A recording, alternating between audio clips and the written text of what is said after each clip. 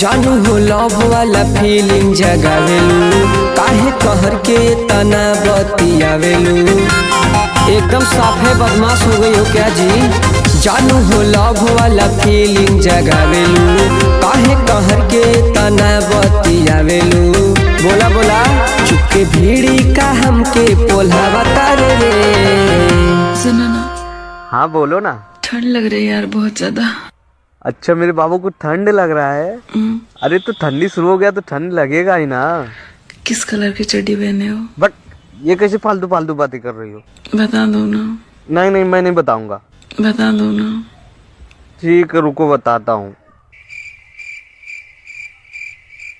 वो ना आज चड्डी नहीं पहने हो ना?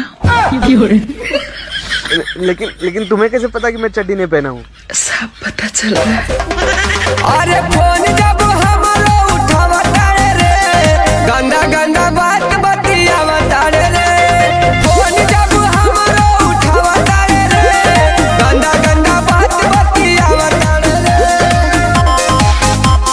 गंदा गंदा बात बतियावता रे।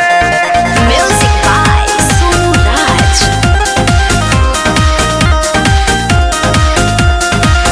हम नहीं जननी इतना करबे छतीसा, देख लेते घरवे में 4 बेरी शीशा। हमको नहीं पता था कि तुम बदमाशी करोगी। अरे हम नहीं जल्दी करबे इतना छतीसा, घरवे में देख लेते 4 बेरी शीशा। सबके सोझा हमरा के सारा मावा तारे रे। मुझे पता है आज भी वही फूलों वाले चड्डी पहने हो ना। बट ये कैसे फालतू फालतू बातें कर रही हो?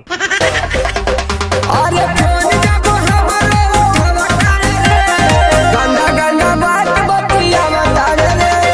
फोन जब हमरो उठावता रे, गंदा गंदा बात बतियावता रे। गंदा गंदा बात बतियावता रे। Music by Suraj.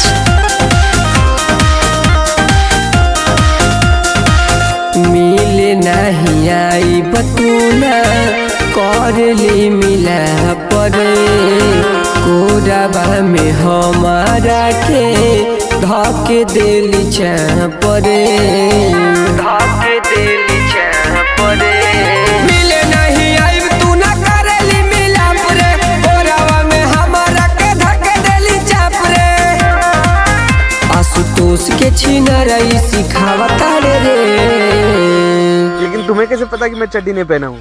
सुनो ना, अगर आपको कहीं दिक्कत हो रही हो तो मैं आपकी चड्डी उतार दूं क्या? अरे